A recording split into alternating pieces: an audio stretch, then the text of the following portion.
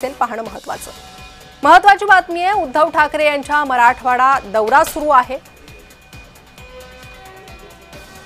तर आज सकाळी 10 वाजता अर्धापूर तालुक्यातील शेतकऱ्यांशी त्यांचा संवाद, दुपारी 12 वाजता कळमनुरी तालुक्याला ठाकरे भेट देणार आहेत।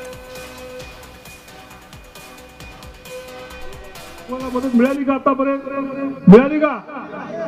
आपल्याला त्याच्यासाठी अजून आपल्याला संघर्ष करावा लागेल। साहेब आपल्या सोबत आहेत। आपल्याला या तहसीलवर मोर्चे करावे लागतील आणि हे कुठे आपलं पॅकेज कुठं कुणाला दिले आणि कधी वितरित होणार आहे हे आपल्याला जबाब विचारावा लागणार आहे। बांधवांनो, आज खरं सांगायचं तर आपल्याला नको असलेल्या रस्त्यावर साहेब करोडो रुपये खर्च आहे। जे नको आहे ते सगळे जण आम्ही त्याला विरोध करत आहेत, पण तरी शासन जबरदस्तीने कोणाच्या फायद्यासाठी करतायत काय नाही माहिती नाही।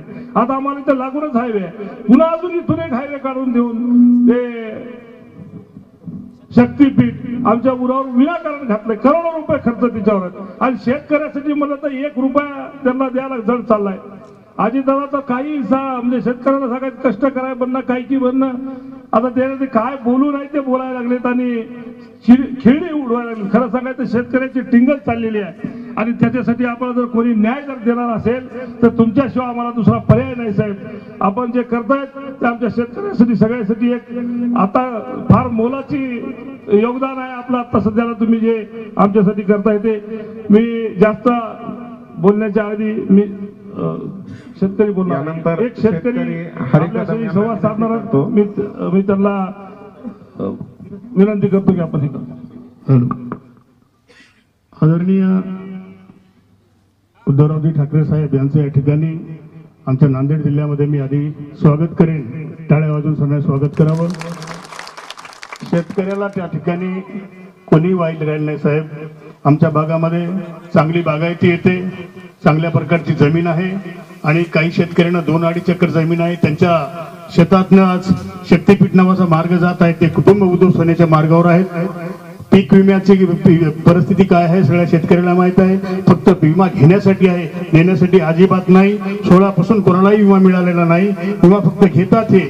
आणि मला वाटतं कंपन्याचं केंद्र सरकारचं काहीतरी साठवलुटा असावं, अशी त्या ठिकाणी शेतकऱ्यासाठी विमा कंपनी नाही। इथं केळीवाले शेतकरी साहेब आहेत। आज अवस्था अशी आहे, शेतकऱ्याची केळी फुकट कोणी नेमलं तर नेत नाही। ज्यानं विमा भरला त्याला केळीचा विमाही मिळाला नाही आणि सोयाबीनचा भाव 13ला 6000 होता आणि आज भाव 38 रुपये। अशी अवस्था शेतीची आहे। अनेक त्या ठिकाणी प्रश्न शेतकरी उभे आहेत। आज रब्बीची पेरणी आहे, घरातलं माणूस मेलं तर मुड्यावर पाय देऊन फिरणारा शेतकरी हवालदिल आहे, आकाशाकडे बघतो आहे आणि याचे हाल कुठेतरी सुटले पाहिजे। शेतकऱ्याचे प्रश्न कुठेतरी सुटले पाहिजे, कोणीतरी दाता मिळाला पाहिजे। तुमच्या माध्यमातून